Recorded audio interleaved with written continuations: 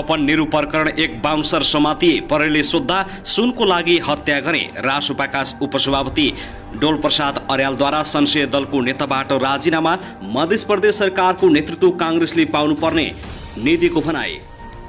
प्रधानमन्त्री पुष्पकमल दाहाल प्रचण्डले केही समय मन्त्री परिषद विस्तार नगर्ने रासोपाले राख्यो यी 3वटा शर्त। नेहरू हत्या प्रकरणमा संलग्न भएको आरोपमा एकजना आरोपित प्रहरीको नियन्त्रणमा। अर्थतन्त्र सुधार गर्न नसकिने अवस्थामा छैन पूर्व अर्थमन्त्री खतिवडा। भारतको दिल्लीमा उपचाररत राष्ट्रपति रामचन्द्र पौडेल आज डिस्चार्ज हुने तयारीमा। कस्तो छ अवस्था यसबारे सम्पूर्ण जानकारी। रासोपा सभापति रवि लामिछानेलाई संसदीय दलको नेता बनाउने तयारी। पौडी खेल्ने क्रममा पोखरीमा डुबेर एक बालिकाको ज्यान गयो। पुराना दल नसचिए 2084 पछि पुराना दलको कुनै अस्तित्व रहँदैन विश्वप्रकाश शर्माको भनाई। अब कांग्रेसलाई शुद्धिकरण गरेर अगाडि बढाउनुपर्छ। राष्ट्रिय स्वतन्त्र पार्टीको जनलहर देखेर आत्तियो नेपाली कांग्रेस पनि। नेकपा एमाले अध्यक्ष केपी शर्मा ओलीमाथि जहाँ भेट्यो त्यही हमला किन?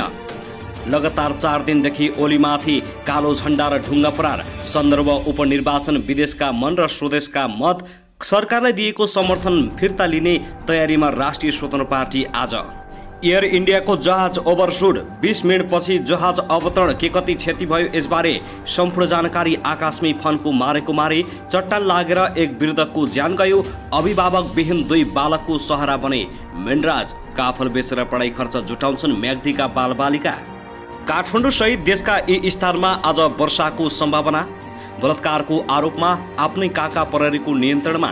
शैक्षिक गुणस्तर सँगै सामुदायिक विद्यालयलाई अगाडि लैजाने सरकारको संकल्प। अर्काको जग्गा मिचेर खनियो पोखरी विरोध गर्दा मार्ने धम्की। रासोपालाई सरकारमा ल्याउने प्रधानमन्त्रीको मनसाय।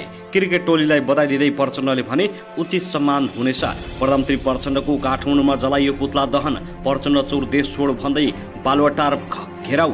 मेट्रिक ब्याजलाई कानुनी दायरामा ल्याएर छाड्छु गृहमन्त्री नारायण काजी श्रेष्ठको भनाई। बैंक तथा वित्तीय संस्था नयाँ शोषक भएर उदाए। मन्त्री सुदन किराती। भ्रष्टाचार अनुसन्धानमा 5 वर्षे हदम्याद मान्दैनौ विश्वप्रकाश शर्माको भनाई। संसद अधिवेशन प्रधानमन्त्री नियुक्तिका लागि मात्रै भयो रविन्द्र मिश्रको गुनासो।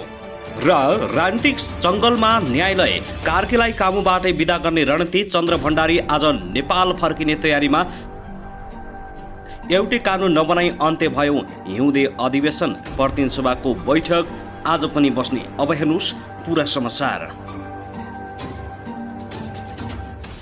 दर्शकबिन नमस्कार। युट्युब च्यानल नेपाली खबर मिडियामा तपाईहरूलाई हार्दिक स्वागत छ। यदि हाम्रो च्यानललाई अहिलेसम्म सब्स्क्राइब गर्नुभएको छैन भने सब्स्क्राइब गरी नजिक रहेको बेल आइकन दबाई हामीसँग जोडिनुहोला। दर्शकबिन सदा झैं आज पनि हामी तपाईहरुमाझ देशभरका विभिन्न समाचारका साथ उपस्थित भइसकेका छौं। यो भिडियोलाई अन्तिमसम्म हेरी हाम्रो साथ दिनुहोला। दर्शकबिन हाम्रो मेहनतको लागि एउटा सानो लाइक गर्न भने नभुल्नुहोला। कहाँदेखि हेर्दै हुनुहुन्छ के भन्न चाहनुहुन्छ तपाईको मनमा लागेको प्रतिक्रिया कमेन्ट बक्समा छोड्न नभुल्नुहोला। दर्शकबिन के तपाई हाम्रो च्यानलमा नियमित श्रोता हुनुहुन्छ? यदि नियमित हुनुहुन्छ भने तल कमेन्ट बक्समा नियमित अथवा रेगुलर लेख्नुहोस्। नयाँ हुनुहुन्छ भने सब्स्क्राइब गरी जोडिनुहोस् ताकि नयाँ अपडेटका साथ हामी तपाईहरुमा छलफल उपस्थित भइराख्नेछौँ।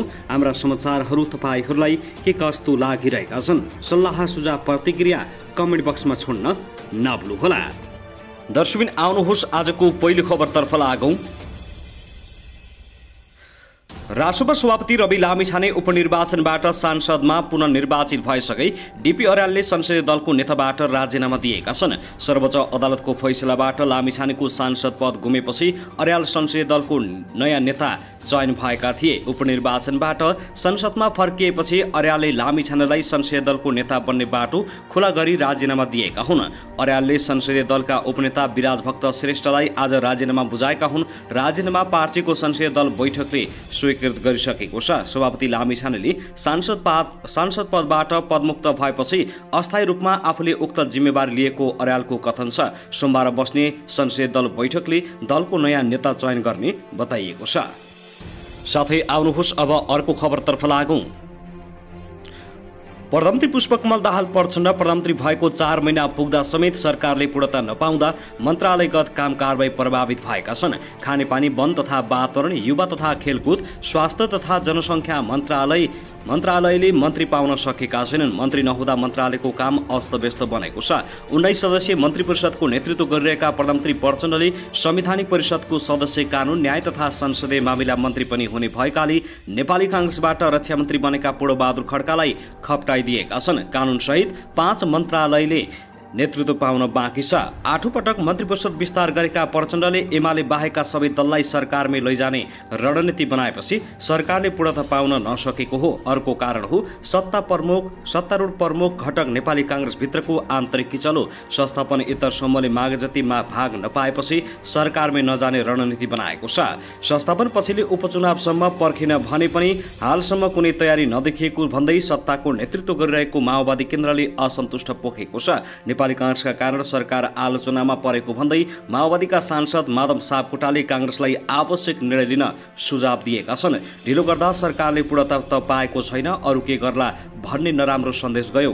काम हाम पर भए नेपाली कांग्रेस जस्तो पुरानो र परिपक्व पार्टीले यसो नगरेको भए हुन्थ्यो। उनले कुरा गर्दै भने म अपिल गर्न चाहन्छु कि कांग्रेसले पार्टीभित्रको समस्या समाधान गरेर सरकारलाई पूर्णता दिनमा चासो दियोस्। नेकपा एमालेसँगको गठबन्धनबाट प्रधानमन्त्री बनेका प्रचण्ड राष्ट्रिय स्वतन्त्र पार्टी पनि सरकारमै सहभागी गराउन चाहन्छन्। उपचुनाव अघि सम्भव नभए पनि अब सरकारमा ल्याउने गरी छलफल भइरहेको बताइएको छ। अस्ति 8औं पटक मन्त्री परिषद विस्तार हुँदा नै केही मन्त्री पठाउन भनेका थियौं।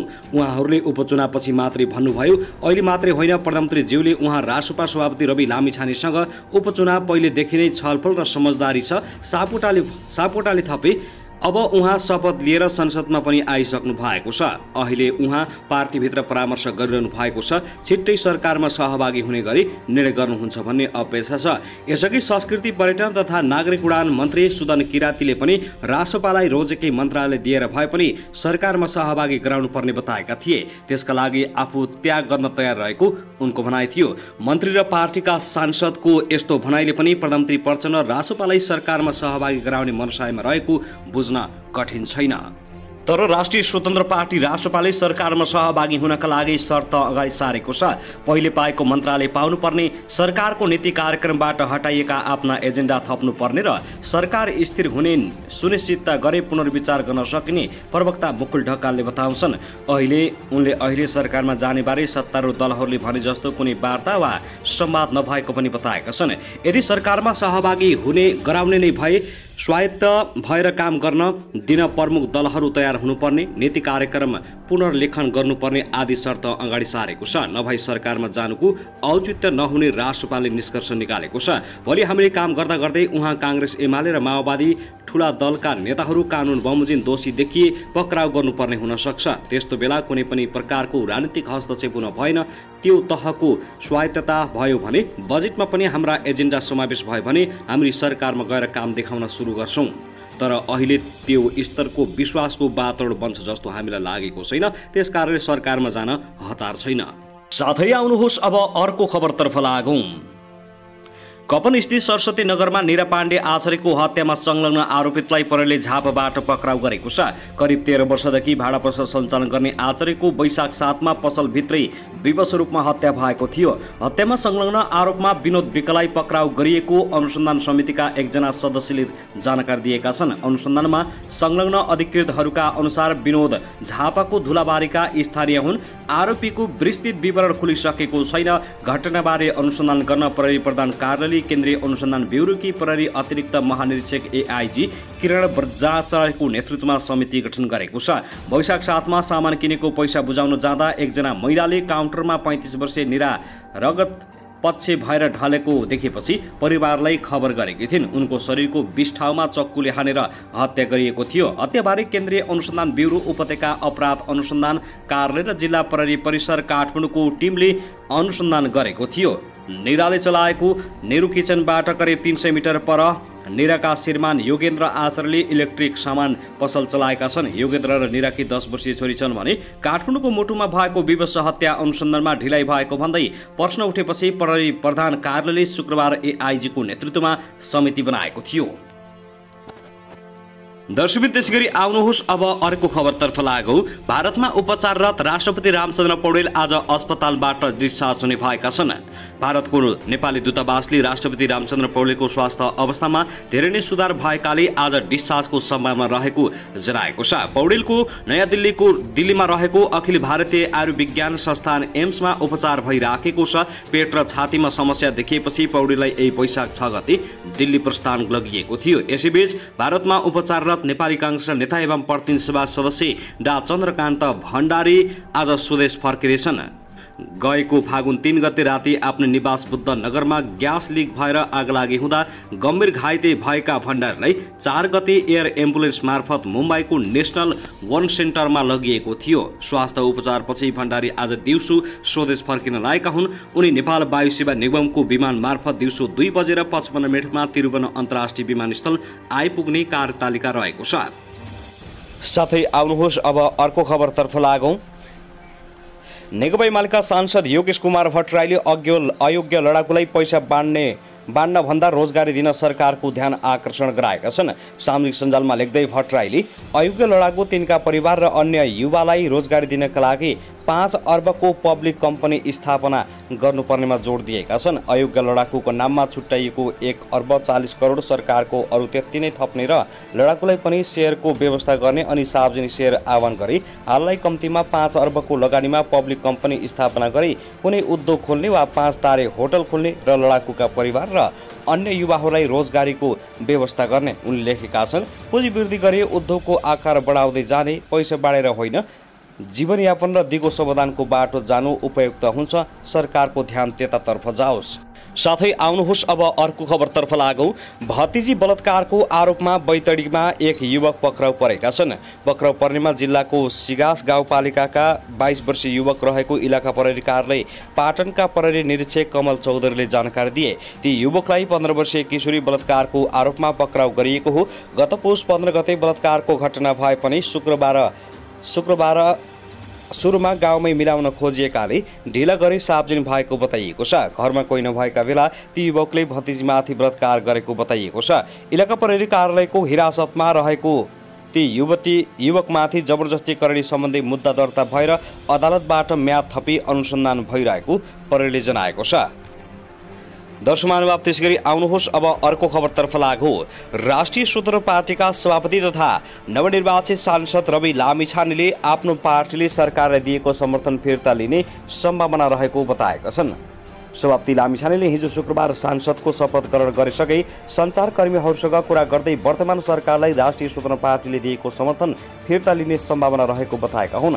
उनले आफूहरूलाई भ्रष्टाचारको अन्त्यका लागि मतदाताहरूले मत दिएको उल्लेख गर्दै भ्रष्टाचारको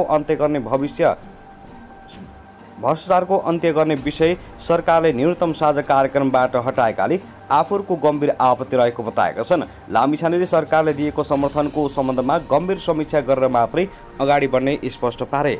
उनले आफूहरूले मुलुकमा अस्थिरता नहोस् भन्ने चाहेको भए पनि सरकारले दिएको समर्थनबारे पुनः मूल्याङ्कन गर्नुपर्ने अवस्था रहेको उनको भनाइ छ। शुक्रबार सभामुख देवराज घिमिरेले चितवन 2बाट सांसद निर्वाचित राष्ट्रसभा सभापति लामिछाने र राष्ट्रसभा पार्टी तनहुँ 1बाट निर्वाचित स्वयं वाग्लेलाई पद तथा गोपनीयताको शपथ खुवाएका हुन्। साथै आउनुहोस् अब अर्को खबरतर्फ लागौं। पूर्व राजा ज्ञानेन्द्र शाह हिजो शुक्रबार नेपालगञ्ज पुगेका छन्। पूर्व राजालाई नेपालगञ्ज विमानस्थलमा राप्रपाका महामन्त्री धवल शमशेर राणाले स्वागत गरेका हुन्। विभिन्न ठाउँको नागरिक अभिनन्दन कार्यक्रममा सहभागी हुने क्रममा पूर्व राजा ज्ञानेन्द्र शाह नेपालगञ्ज पुगेको राणाले बताएका छन्। राणाका अनुसार पूर्व राजालाई वैशाख 20 गते नेपालगञ्जमा अभिनन्दन गर्ने कार्यक्रम रहेको छ। विभिन्न ठाउँको नागरिक अभिनन्दन कार्यक्रममा सहभागी हुने क्रममा हिजो नेपालगञ्जमा राजालाई स्वागत गरियो। वैशाख 20 गते नेपालगञ्जको अभिनन्दन कार्यक्रम भव्य रूपमा सफल पारौं राणाले ट्विटर मार्फत जानकारी गराएका छन्। पूर्व राजा लुम्बिनी सहित कर्णाली र सुदूरपश्चिम प्रदेशको भ्रमणमा निस्किएका हुन्। सोही क्रममा शुक्रबार नेपालगञ्ज पुगेको उनको संवाद सचिवालयले जनाएको छ। पूर्व राजाको साथमा पूर्व रानी कोमल, पूर्व युवराज हिमाली लगायतका परिवारका सदस्य रहेको बताइएको छ। दर्शक महानुभाव त्यसैगरी वैशाख 10 को उपनिर्वाचनमा चितवन 2 मा पराजित भएका नेपाली कांग्रेसका उम्मेद्वार जितनारायण श्रेष्ठले आफ्नो राजनीतिक यात्रा नरोकिने बताएका छन्। कांग्रेस चितवनको पार्टी कार्यालयमा उपस्थित पार्टीका नेता तथा कार्यकर्ताहरूलाई सम्बोधन गर्दै उनले आफू सामाजिक यात्रामा हिँडेको मान्छे रहेकाले चुनावमा हारेर भाग्ने मान्छे नरहेको बताएका हुन्। चुनावमा हारे पनि म जिल्लाका सबै समस्याहरू बोकेर सिंहदरबारदेखि बागमती प्रदेशसम्म आफै पुग्नेछु। मेरो हारको गम्भीर समस्या हुन्छ। जितनारायण हार्यो अब आउँदैन कतै आउँदैन भन्ने होइन, ओडा ओडामा जनताको समस्या बुझ्न आउनेछु।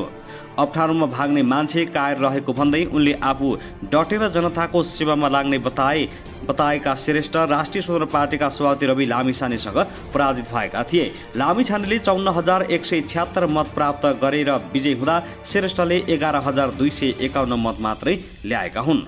दर्शमान त्यसरी मङ्सिर 4 मा सम्पन्न प्रतिनिधि निर्वाचनमा प्रत्यक्ष र समानुपातिक गरी 20 सिट जितेको राष्ट्रिय स्वतन्त्र पार्टी रासपाले वैशाख 10 मा 3 क्षेत्रमा भएको उपनिर्वाचनमा 2 सिट जितेको छ, जसमध्ये चितवन 2 मा गत मङ्सिरकै निर्वाचनमा रासपाले जितेको थियो भने तनहुँ 1 मा विगतमा कांग्रेसले जितेपछि उपनिर्वाचनमा रासपाका उम्मेद्वार सोडिङ वागले विजय भए। यस हिसाबले उपनिर्वाचनमा रासपाले विगतमा आफूले जितेको चितवन 2 लाई जोगाएको मात्र होइन, तनहुँ 1 लाई कांग्रेसबाट खोज्न समेत सफल भएको छ। यो सफलतासँगै रासपाले अब सरकार प्रतिको दृष्टिकोण कस्तो बनाउने हो र आगामी दिनमा कस्तो भूमिका निर्वाह गर्ने भन्ने बारे चासो बढ्न थालेको छ। यद्यपि पार्टीभित्र भने दुई थरी मत देखिएको छ। एउटा पछि सरकारमा जान नहुने र आगामी चुनावलाई ध्यानमा राख्दै अहिलेदेखि नै सडक र सदनमा सशक्त भूमिका निर्वाह गर्नुपर्ने सो पक्षको धारणा छ। अर्को पक्ष भने सरकारमा गएर जनताका अपेक्षालाई पूरा गर्ने, उनीहरूको समस्यालाई सम्बोधन गर्न पहल गर्नुपर्ने तर्क गरेको छ। रासपाका प्रवक्ता मुकुल ढकाल रासपाले सरकारलाई दिएको समर्थन फिर्ता लिने तयारी भइरहेको बताएका छन्। प्रचण्ड नेतृत्वको सरकारमा आफ्ना नीति तथा कार्यक्रम नसमेटिएकाले समर्थन फिर्ता लिनुपर्ने अवस्थामा पुगेको उनको भनाइ छ। हामीले यसबारे निर्णय गर्न बाँकी छ, तर मेन्टालिटी भइसकेका छौँ। उनले भने हामी समर्थन फिर्ता लिन्छौँ। सरकारको नीति तथा कार्यक्रममा हाम्रो एजेन्डा समेटिएको छैन। आफ्नो नीति लागू नहुने सरकारलाई समर्थन दिनुको कुनै अर्थ समेत नरहेको ढकालको भनाइ छ। तर रासपाकै अर्का प्रभावशाली नेता एवं सांसदले सरकारलाई दिएको समर्थन कायमी राख्ने बताए। हामीले जनताको अपार विश्वास र समर्थन पाएका छौँ। यो विश्वास हामीले कायम राख्न सरकारमा जानुपर्छ। ती नेताले भने पार्टीको बैठकले सरकारमा जाने विषयमा आधिकारिक निर्णय गर्छ। प्रभावशाली मन्त्रालय लिएर माननीयहरू सरकारमा जानुहुन्छ। रासपाको बटम लाइन भनेकै उप प्रधानमन्त्री सहित गृह वा अर्थ मन्त्रालय लिएर सरकारमा जाने ती नेताको दाबी छ। प्रधानमन्त्री प्रचण्ड समेत रासपालाई सरकारमा लैजाने विषयमा सकारात्मक देखिएका छन्।